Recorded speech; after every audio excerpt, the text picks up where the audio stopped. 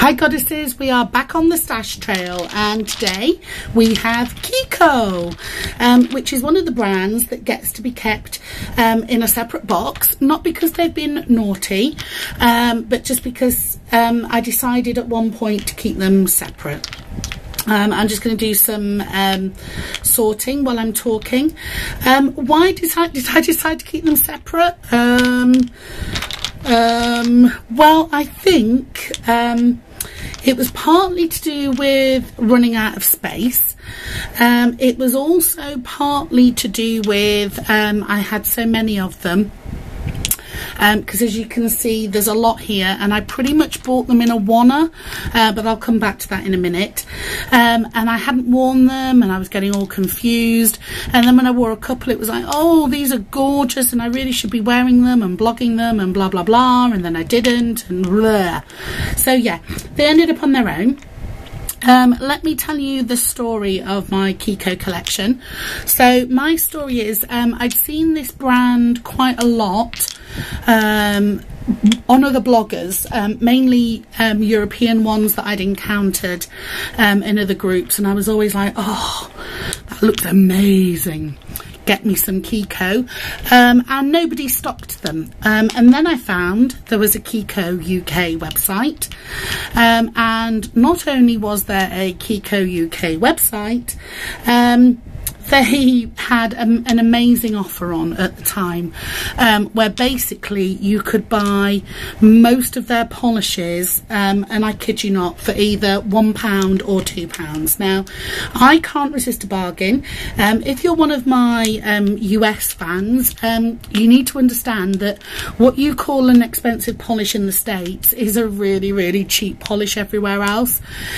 You will typically pay less than $10 for your polishes. In the UK, that's the equivalent of about £6.50, let's say. We can get quite a lot for £6.50, but we can't get the OPIs, the China Glazes, the Zoyas, and all the others that you take for granted for that price. So when somebody comes along and says you can have a polish for £2, and it's one of such quality, we get a little bit giddy, frankly. So let me just pick the camera up so you can see what I've done. This is my Kiko collection. So at the back we've got purples. As you can see, shitloads of purples. Kiko are very, very good at purples. They do a lot. Then I've got the greys and the taupes, 2 oranges, some reddish burgundy ones, several blues. They are also very, very good at blues, a couple of greens, and one that I didn't know where to put, but I'm going to put it up with the taupey ones.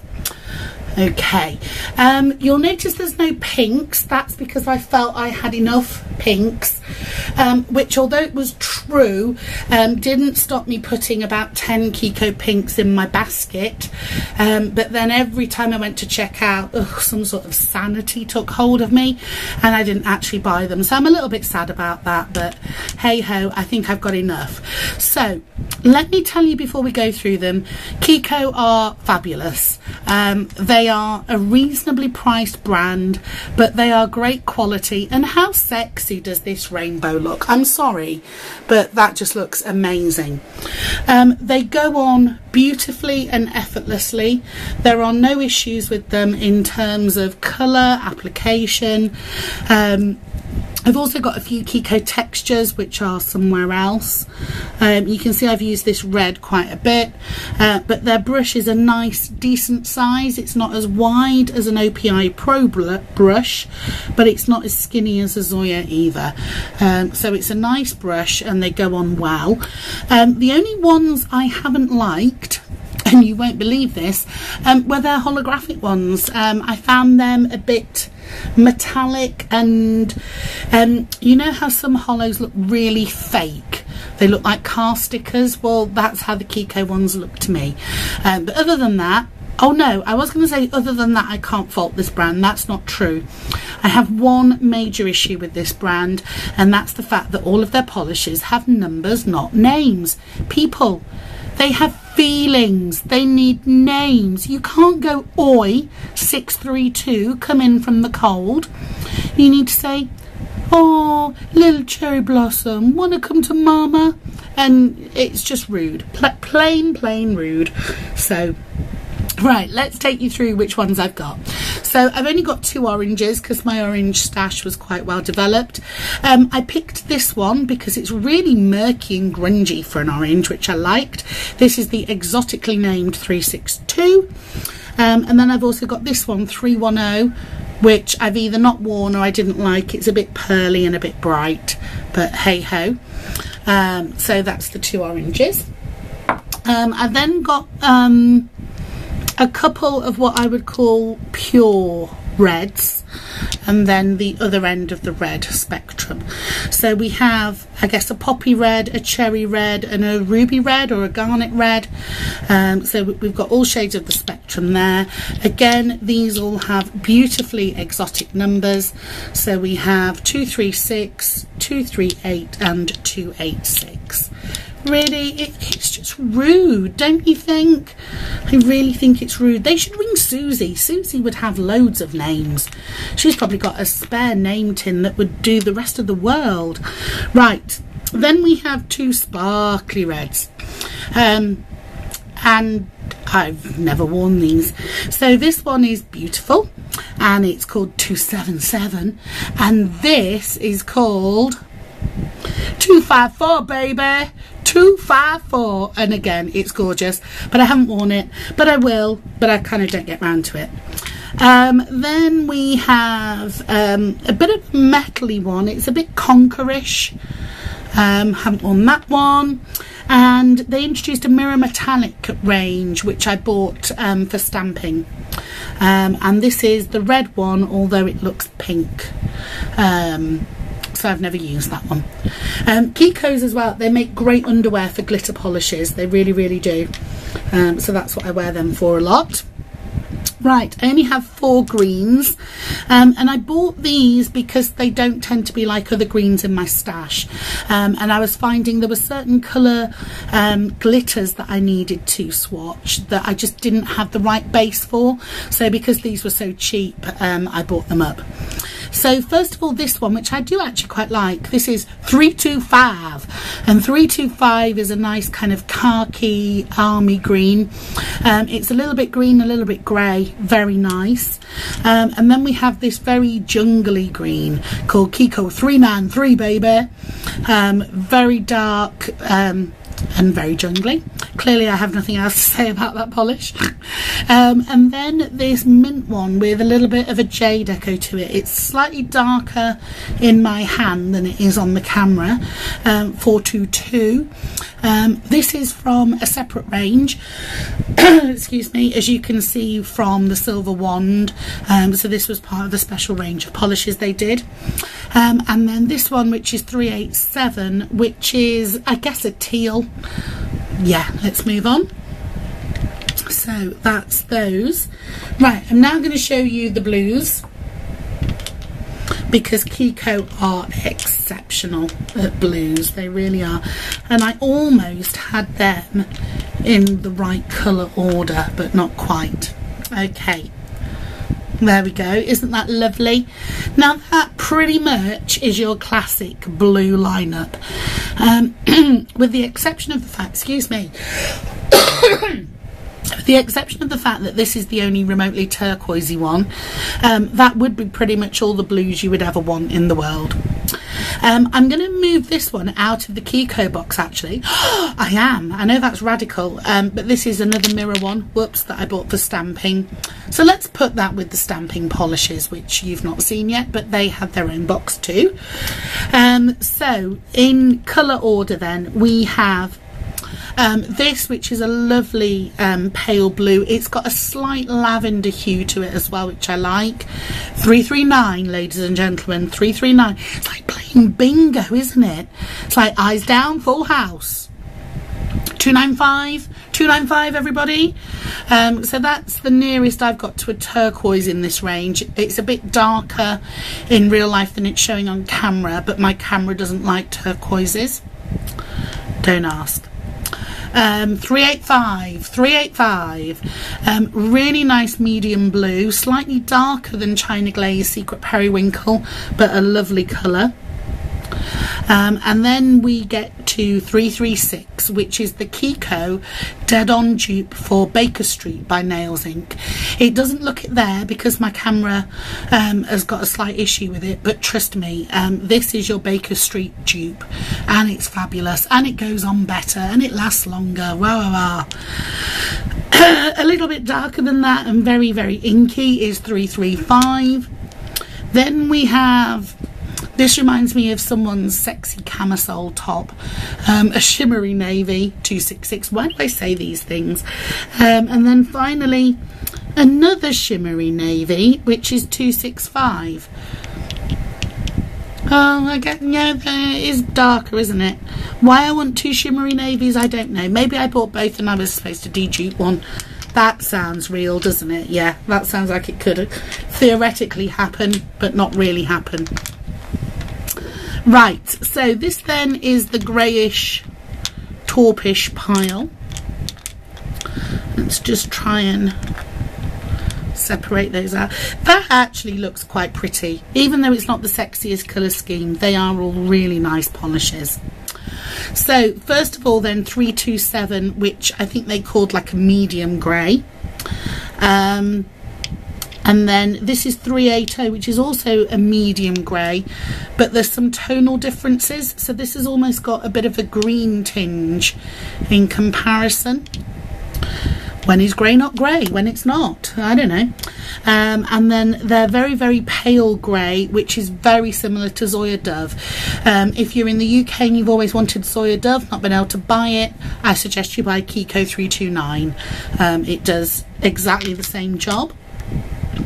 Then a dark grey, which is Kiko 326. It's a dark grey. And then this one, which is 381, which I really like. It's like an indigo grey. And I wanted at some point to compare this to Zoya Kelly to see how similar they are. Again, this is not quite looking like itself on the camera. It's looking more blue for you than it is for me. But it's a really nice, intriguing shade. Okay, so we then have some taupey ones. Another mirror metallic one for stamping, so I'm going to move that to the stamping polishes. That was number 617 for those of you still playing bingo. And then we have a sparkly one, which is called 303. I've never worn that. Shocker.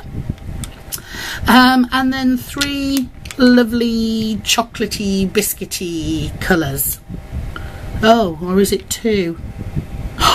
Look. 320, 320. I've got a pair. What do we get for a pair? Okay, so I've obviously bought the same polish twice there. That's fine. We can put that in the de-duping box. So, two chocolatey taupey colours.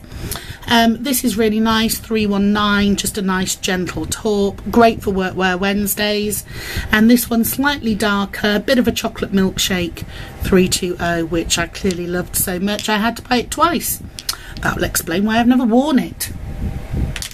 Right, let's do some purples. Now, as you can possibly see, but I'm going to move them a bit nearer for you, the purples come in a few different types. So we've got these pinky violet ones.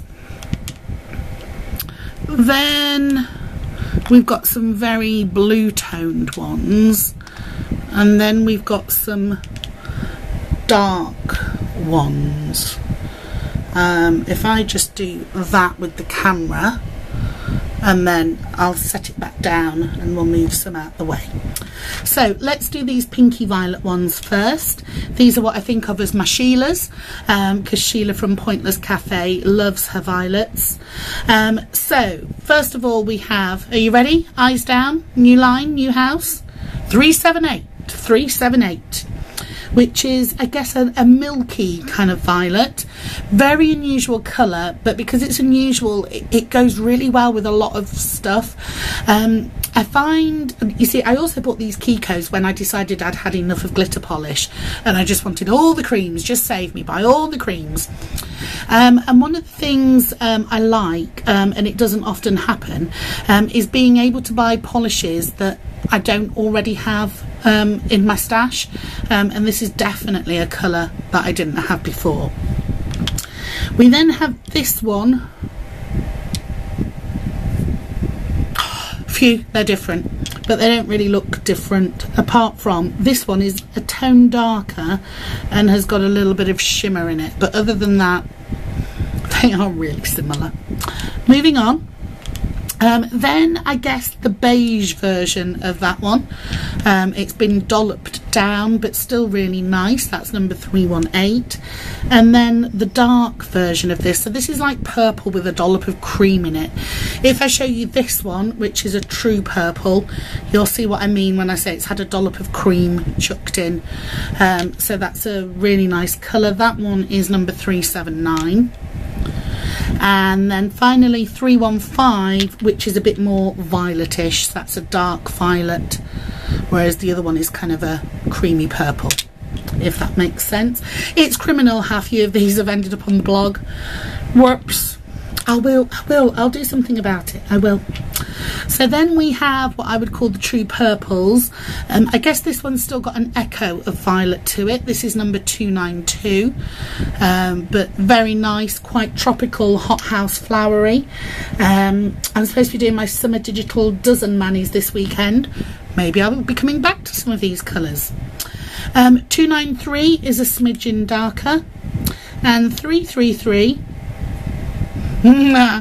is similar, very, very similar.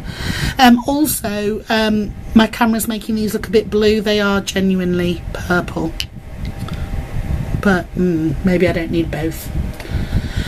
Then we have a more pastel version, similar to Planks a lot, this one, number 332. And one that's a cross, I guess, between a purple and a periwinkle. This is number 337.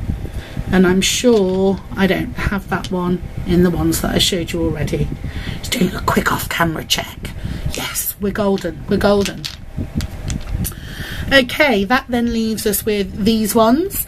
So let's get rid of the two that aren't really like the others.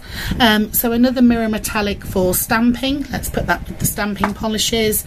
And then their very pale lilac, which is 338. As you can see, I've actually used that one. Go crumpet! Right, so this is what I would call a pure purple. Very OPI Siberian Nights, very Barry M Blackberry. So yeah, even with the Kikos I have dupes. This is very nice, number 334. I'm also hoping when I finally get some water where polish will spread, that the Kikos will water marble really well. You never know. And then this one is also devilishly dark, but again, this shows you how different purples can be. So do you remember me blabbing on about purples can be blue toned or they can be brown toned? That's your difference right there. Beautiful. We've then got some pretty ones. So this is number 255. I don't think they make this one anymore, and whenever I've seen this on other people's nails, it's looked spectacular. And this is 278, which is also quite sparkly. And finally this one, which is a bit metallic-y, this is number 263.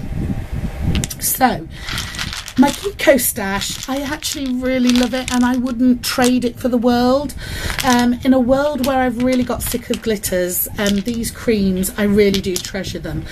Why then I don't wear them, I don't know, and I'd like to think it's because I kind of get caught in a loop of reviewing some polishes, and then when I need to do nail art or when I want to do nail art, I kind of reach for what's near on my desk rather than stuff that's in the nail cupboard. So that will tend to be either the